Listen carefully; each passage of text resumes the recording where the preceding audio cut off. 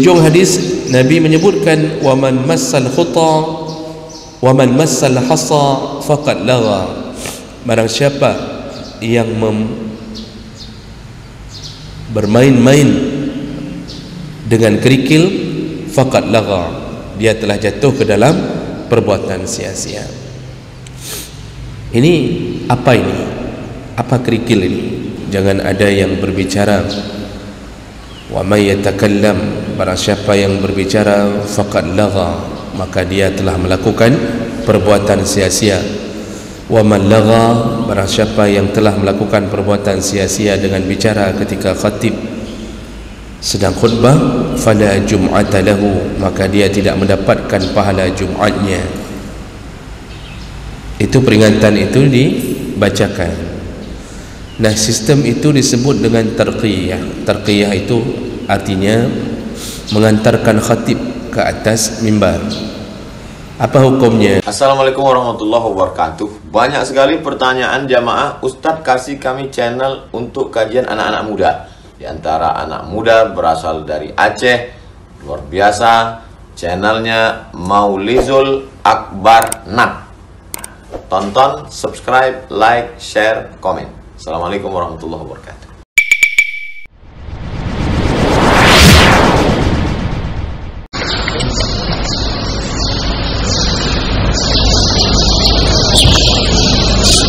Assalamualaikum warahmatullahi wabarakatuh. Alhamdulillah rabbil alamin.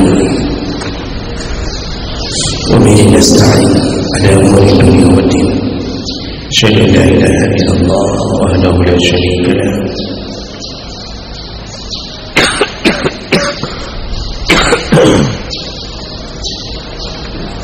Wa asyhadu anna Muhammadan 'abduhu wa rasuluhu al-karim. Allahumma salli wa sallim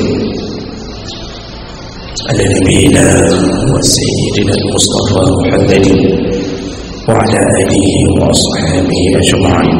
Amma ba'd. Rabbi shrah li sadri wa yassir li amri wa hlul 'uqdatan min lisani yafqahu qawli. Segala puji bagi Allah, berikan salawat dan salam pada Rasulullah, pada keluarga dan seluruh sahabat-sahabatnya. Ya Allah, muliakan bapak-bapak dan ibu-ibu yang hadir, dan semoga kehadiran kita menjadi penyebab masuknya kita ke dalam surga insyaallah. Bapak yang Allah muliakan, di pertemuan yang lalu kita sudah membahas tentang anjuran untuk melakukan salat istikharah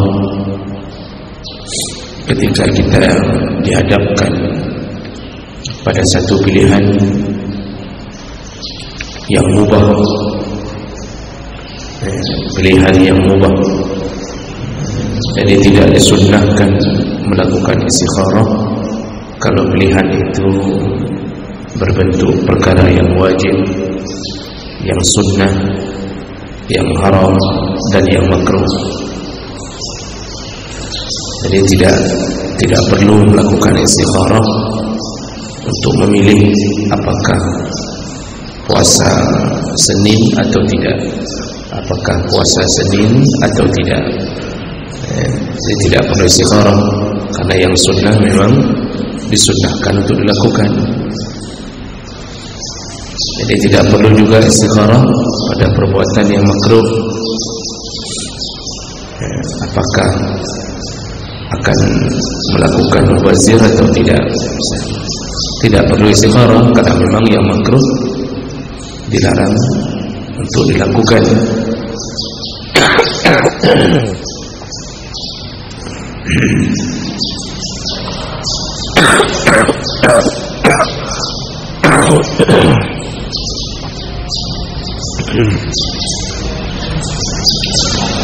Bapak yang Allah muliakan,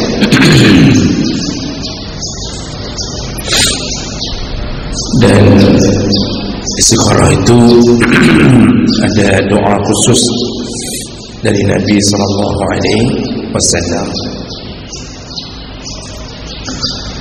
Dan doa itu dibaca boleh dengan melakukan salat khusus istikharah 2 rakaat, atau boleh juga membaca doa istikharah setelah salat-salat sunnah yang lain. Maka itu pun disebut sudah beristikharah. Dan sebagaimana yang kita janjikan di minggu yang lalu,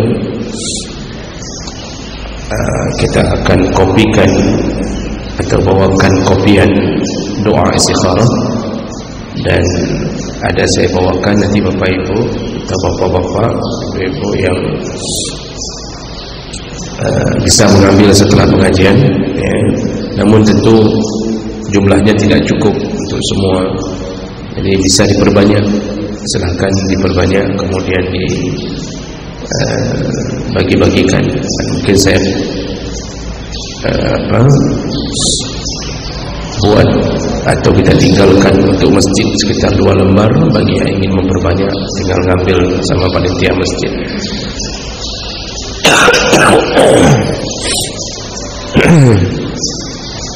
Kita lanjutkan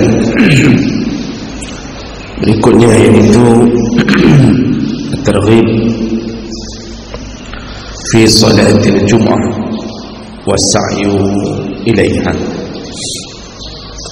Selanjutnya kita akan masuk ke dalam bab anjuran untuk melakukan salat Jumat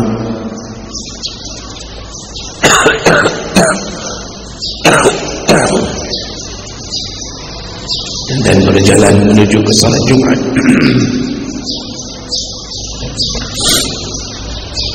Salat Jumat ini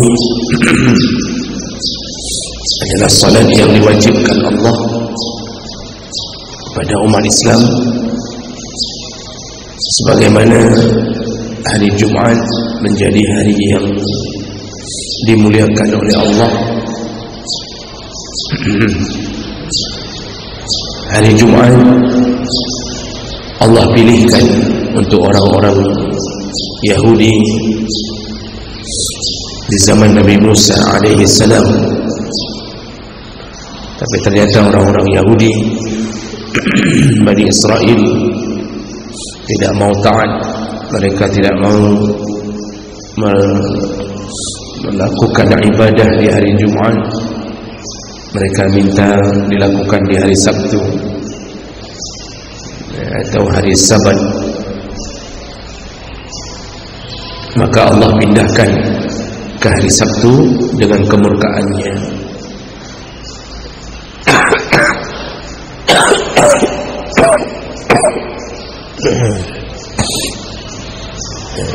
Jadi Allah murka kepada bangsa Yahudi, dipindahkanlah kemuliaan untuk mereka menjadi hari Sabtu. Tetapi Sabtu adalah hari yang Yahudi minta, bukan hari yang Allah ridai bagi mereka. Lalu kemudian Allah juga suruh orang-orang Nasrani di bawah pimpinan Nabi Isa alaihi salam untuk memuliakan Jumat. Ternyata bangsa Nasrani pun, kaum Nasrani pun melawan Allah. Mereka minta untuk dipindahkan hari besarnya ke hari Ahad atau hari Minggu. Allah pindahkan, tapi dengan kemurkaannya. Maka jadilah hari ini Yahudi memperingati hari Sabtu, Nasrani hari Minggu atau hari Ahad.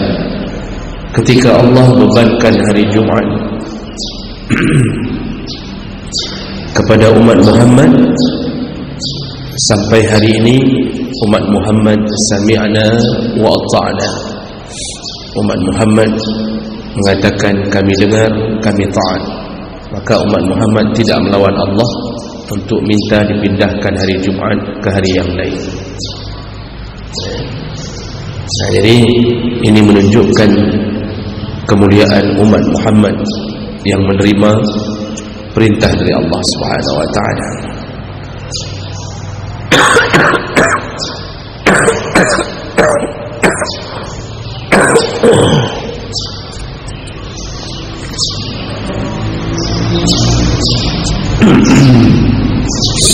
Bapak Ibu yang Allah muliakan, hari Jumat itu amalannya yaitu yang wajib adalah bagi laki-laki melakukan salat Jumat. Bagi perempuan tidak diwajibkan. Namun jumhur ulama sepakat mengatakan bahasa tidak diwajibkan bagi perempuan bukan bermakna perempuan tidak boleh melakukan salat Jumat. Jadi bukan bermakna haram. Perempuan tidak diwajibkan salat Jumat, pilihannya lebih baik salat zuhur di rumahnya. Namun bagi perempuan yang ingin melakukan salat Jumat, kalau dia lakukan maka gugurlah salat zuhurnya. Gugur salat zuhurnya, artinya sama seperti laki-laki gugur salat zuhurnya. Namun kalau perempuan melihat timbul fitnah dengan melakukan Jumat, maka pilihan yang lebih utama tidak berjumat bagi perempuan. Tapi walaupun begitu, ada sebahagian kecil masjid yang mengizinkan perempuan untuk melakukan Jumat. Dan saya melihat pemandangan itu di beberapa masjid ketika kita diundang untuk khutbah Jumat. Saya lihat ada masjid-masjid yang mengizinkannya, jadi dibuatkan khusus untuk perempuan di belakang. Dan itu bukan perbuatan sesat, bukan bid'ah. Namun kalau disuruh pilih, perempuan itu lebih bagus tidak ke Jumat. Kalau hari-hari biasa saja Nabi mengatakan salatnya di rumahnya lebih baik daripada di depan pintu rumahnya, dan salat di depan pintu rumahnya lebih baik daripada dia menuju ke masjid. Itu tujuan menghindari fitnah bagi perempuan, apalagi kalau hari Jumat, tempat berkumpulnya semua laki-laki. Jadi Jumat, salat Jumat itu amalan yang wajib bagi laki-laki. Nah, ada kelebihan-kelebihan yang Allah beri berdasarkan beberapa hadis, di antaranya dari Abi Hurairah radhiyallahu anhu qala Rasulullah sallallahu alaihi wasallam, Rasulullah berkata, man tawaddaa, barang siapa yang berwudu, fa ahsanal wudu, lalu kemudian dia memperbagus wudunya.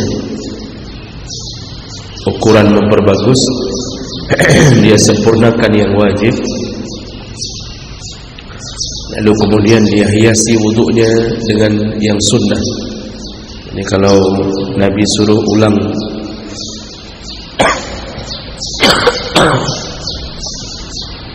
kalau Nabi suruh ulang 3 kali, dia melakukannya 3 kali.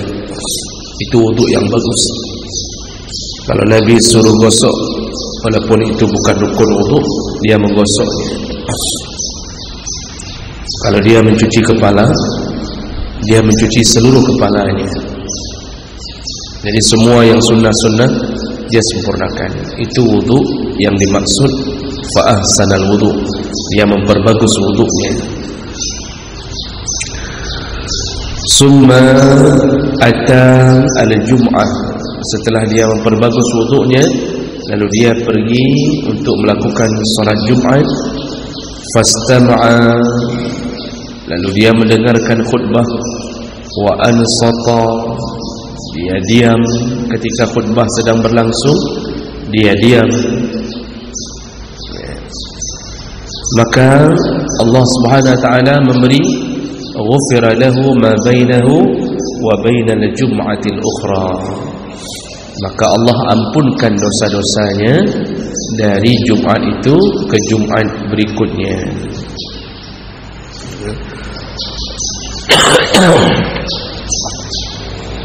Wa ziyadatu salasati ayyam,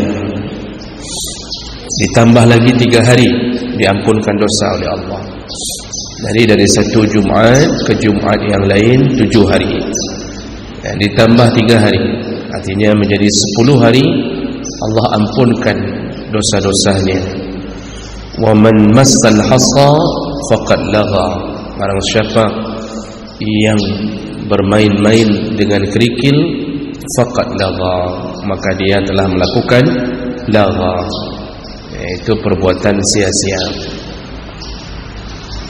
Nah, Bapak Ibu yang Allah muliakan, hadis sahih ini riwayat Muslim menyatakan tentang kelebihan orang yang melakukan Jumat, yaitu kalau dia mulai dengan memperbagus wudu'nya, lalu dia mendengarkan, datang ke Jumat, lalu mendengarkan khutbah, wa ansata, dia diam, karena salah satu yang bisa menyebabkan hilangnya pahala Jumat adalah dengan membuat keributan atau berbicara ketika khatib sedang berkhutbah. Makanya ada hadis yang selalu dibacakan oleh Bilal masjid sebelum khatib naik mimbar. Bilal masjid akan membacakan nasihat atau peringatan yang disebut dengan tarqiyah. Jadi sebelum khatib naik, ada satu orang yang membaca an Abi Hurairah radhiyallahu anhu qala Rasulullah sallallahu alaihi wasallam iza sa'ida al-khatib 'ala al-mimbar. Itu inti kalimatnya di situ. Kalau khatib sudah naik ke atas mimbar, fala yatakallam ahadu minkum, jangan ada yang berbicara. Wa may yatakallam, barang siapa yang berbicara, faqad lagha, maka dia telah melakukan perbuatan sia-sia. Wa man lagha, barang siapa yang telah melakukan perbuatan sia-sia dengan bicara ketika khatib sedang khutbah, fala jum'ata lahu, maka dia tidak mendapatkan pahala Jumatnya. Itu peringatan itu dibacakan. Nah, sistem itu disebut dengan tarqiyah. Tarqiyah itu artinya mengantarkan khatib ke atas mimbar. Apa hukumnya? Tidak ada di zaman Nabi SAW, tidak juga dilakukan di zaman sahabat. Sistem tarqiyah ini memang tidak ada di zaman Nabi, tidak ada di zaman sahabat. Nah, muncul kemudian dari karangan para ulama melakukan tarqiyah dengan memberi tambihan. Tambihan itu peringatan-peringatan seperti tadi. Kalau kita baca fatwa para ulama, apakah ini dibolehkan atau tidak? Para ulama mengatakan dibolehkan. Dibolehkan memberi peringatan kepada makmum, kepada orang yang datang Jumat untuk tidak berbicara ketika khatib akan naik. Apakah itu melanggar Jumat? Tidak. Tidak melanggar Jumat, karena dilakukan sebelum khatib naik ke atas mimbar. Yang enggak boleh memberi peringatan setelah khatib berada di atas mimbar. Ini khatib belum naik. Maka para ulama menjawab, bolehkah tarqiyah? Boleh. Adakah tuntunannya? Tidak ada. Tapi bolehnya boleh secara umum karena belum terjadi prosesi Jumat. Belum, khatib belum naik ke atas mimbar. Nah, sebahagian masjid tidak mau melakukannya karena memang tidak ada petunjuk. Sebahagian yang mau melakukan silakan. Dan saya baca fatwa-fatwa para ulama-ulama yang besar dibolehkan. Nah, jadi ini termasuk diam adalah salah satu daripada keutuhan pahala Jumat.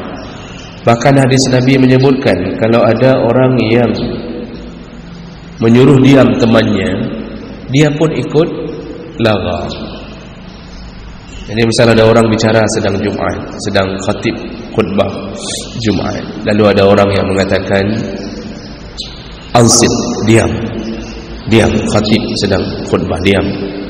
Ketika dia memperingatkan dengan bahasa itu, dia pun dihitung sudah bicara. Sampai segitu disuruh jaga. Padahal tujuan kita memperingatkan orang, tapi kita pun terkena jebakan itu. Maka kalau ingin mengingatkan orang untuk diam di hari Jumaat, cukup memberi bahasa isyarat. Ya, jangan suruh diam. Nah, ini untuk menyempurnakan pahala Jumaat. Kalau sudah sampai selesai khatib khutbah, dia diam, dia dengar. Karena ada yang diam tapi tidak dengar, ada yang dengar tapi tidak diam, ada yang lebih parah, tidak dengar dan tidak diam. Nah, ini yang paling parah. Sudah tidak dengar, tidak diam, bicara dengan temannya. Nah, ini akibat kebodohan. Dia pergi Jumaat, tapi pahalanya bisa dihilangkan Allah. Kalau melakukan ini dengan baik, kita taat, ya. Walaupun kadang-kadang kita tidak bisa diam lagi. Ketika khatib terlalu lama khutbahnya, itu kita nggak bisa diam lagi. Kita mulai batuk-batuk, kita mulai ada yang memberi kode. Ya. Inilah salah satu pelajaran. Khatib itu kalau orang alim, maka dia tahu bahawa khutbah Jumaat itu memang tidak disuruh perpanjang. Ya. Itu hadis Nabi. Kata Nabi SAW, ciri-ciri kealiman seseorang adalah di hari Jumaat dia memperpendek khutbahnya, lalu memperpanjang salatnya. Itu ciri-ciri kealiman seseorang. Kita melihat seakan-akan orang alim, gaya alim, gaya pakaian orang alim, kopiah orang alim, jakrung orang alim. Ketika khutbah Jumaat menggetakkan 45 menit, 45 menit khusus khutbah. Dari kitab paling kecil, silakan buka kitab paling kecil dari kitab-kitab fikih, kitab Jawa lah, tak usah kitab Arab dulu, tak usah matan takrib dulu, kitab Jawa saja. Itu dibuat waktu mengenai bab Jumaat, dibuat khutbah jangan terlalu panjang, juga jangan terlalu pendek. Artinya itu memang dari dulu kita sudah diajarkan itu. Cuma saya heran kenapa hari ini para khatib merasa bahawa seakan-akan alim itu kalau panjang khutbahnya. Orang lain sudah pulang, Pak. Semuanya sudah ke restoran-restoran makan, ini sudah selesai makan, di masjidnya mentang khutbah. Ini menunjukkan orang itu tidak alim. Kalau saya panitia masjid, saya blacklist, Pak. Jangan undang lagi. Makanya di setiap masjid itu di mimbar Jumaat itu buat satu pengumuman, Pak. Tulis di atas, di depan mic sini, ya, tulis khutbah cukup 15 atau 20 menit saja. Tulis beraya, kasih tanda seru sampai 5 biji. Karena banyak orang yang melanggar ini, sehingga membuat apa? Makmum tidak nyaman. Makmum ada yang sudah lihat jam, masuk kantor jam 2, khutbah belum selesai. Kalau khutbahnya enak masih lumayan lah, kan? Kalau khutbahnya isi materinya ini masih lumayan, walaupun tetap salah. Ini sudah panjang, isinya muwet-wet, nggak ada apa yang bisa diambil kesimpulan. Kan punggung kita kan tituan, Pak. Kalau sudah model begitu kan pantat kita titun kan, Pak. Titun itu apa bahasa Indonesia-nya? Nggak ada bahasa Indonesia-nya itu. Gatai, Pak. Inilah model hari ini. Padahal khutbah cukup 15 menit sudah selesai, paling lama 20 menit sudah cukup. Kalau mau panjang, turun dari mimbar Jumaat, isi pengajian. Isi pengajian nggak ada aturan, nggak ada aturan. Kita boleh isi pengajian sampai jam 7, sampai jam 8 boleh, boleh. Tapi saya tidak mau. Walaupun makmumnya mau, saya tidak mau. Jadi ini menjadi bahagian kenapa makmum mampu diam, mampu dengar, mampu diam, juga karena khatibnya orang yang faham psikologi makmum. Ini kadang-kadang ada yang sudah batuk-batuk enggak paham juga. Ada makmum yang sudah berdiri duduk tidak paham juga. Di Mesir bang, itu ada juga yang model khatib-khatib begitu. Itu khutbah sampai 40 menit, sampai 1 jam. Pernah di asrama kami, di asrama di Al-Azhar, asrama untuk pelajar-pelajar. Itu ada masjid besar. Itu diundang juga salah satu syekh dari luar. Khutbahnya lama sekali, sehingga salah satu teman dari Afrika itu mengambil cermin, ada cermin kecil. Itu dia keluar, dia berdiri di bawah matahari. Cermin itu diarahkan ke khatib.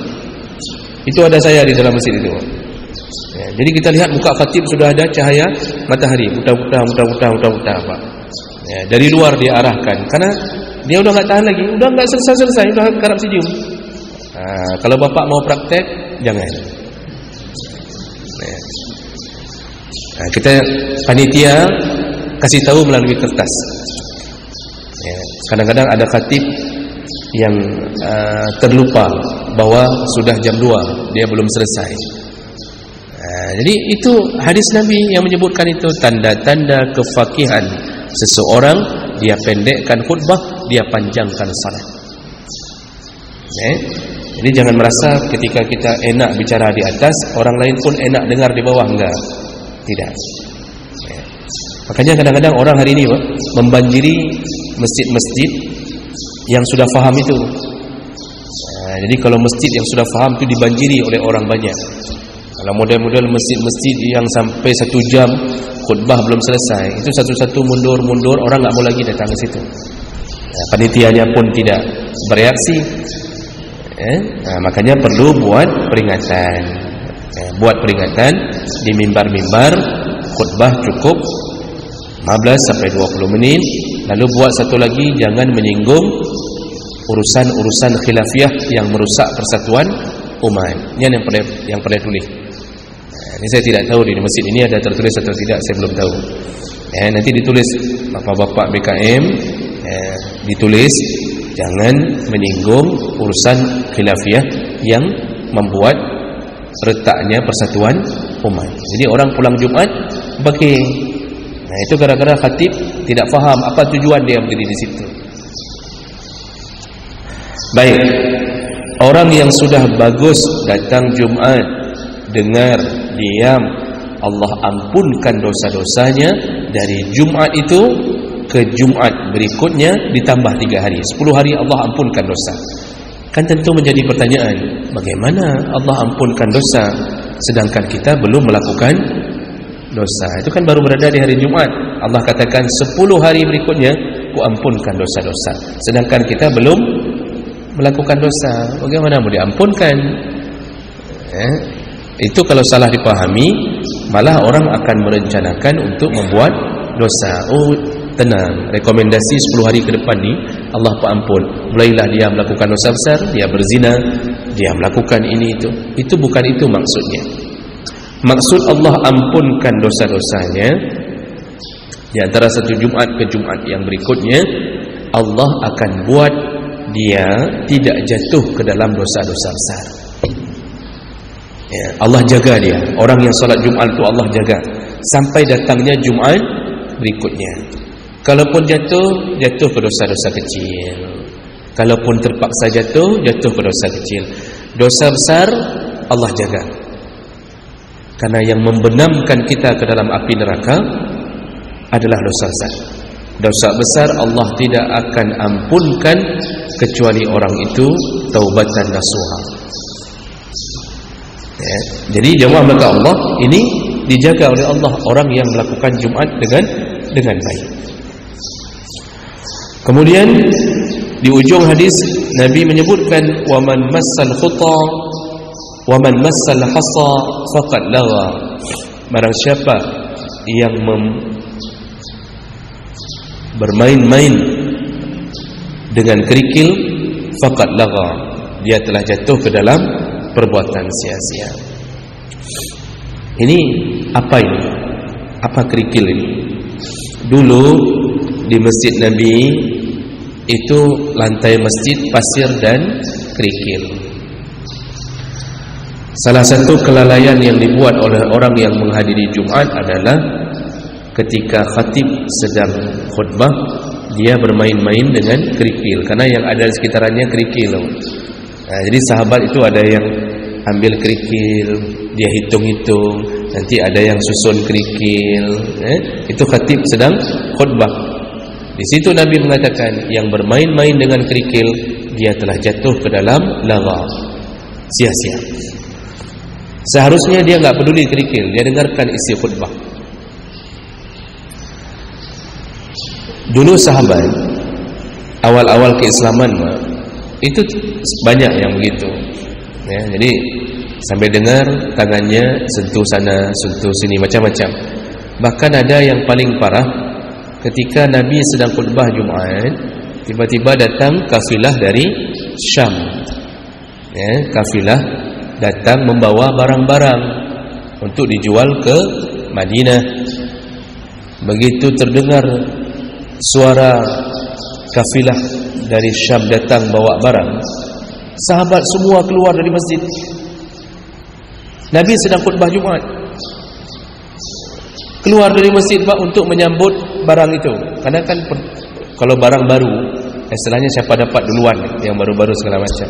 Keluar dari masjid, yang tertinggal cuma 12 orang, sahabat-sahabat yang paling dekat. 12 orang yang tertinggal. Ini hadis. Sahabat-sahabat terdekat saja, Abu Bakar, Umar, Utsman, Ali dan beberapa sahabatnya. Cuma 12 orang.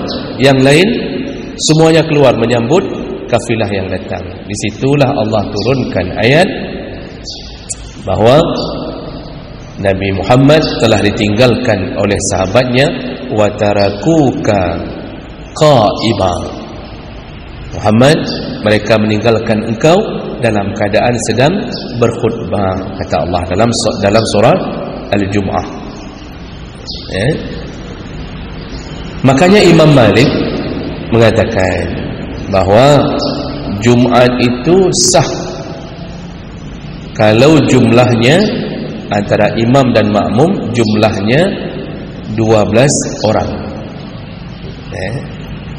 Dalam pandangan mazhab Malik, bukan 40 orang syarat sah Jumat, 12 orang. Hadisnya tadi Nabi enggak membatalkan Jumat itu. Nabi lanjutkan Jumatnya. Itu menjadi pandangan dari mazhab Malik. Mazhab Hanafi mengatakan 3 orang sah Jumat. 3 orang termasuk imam dalamnya.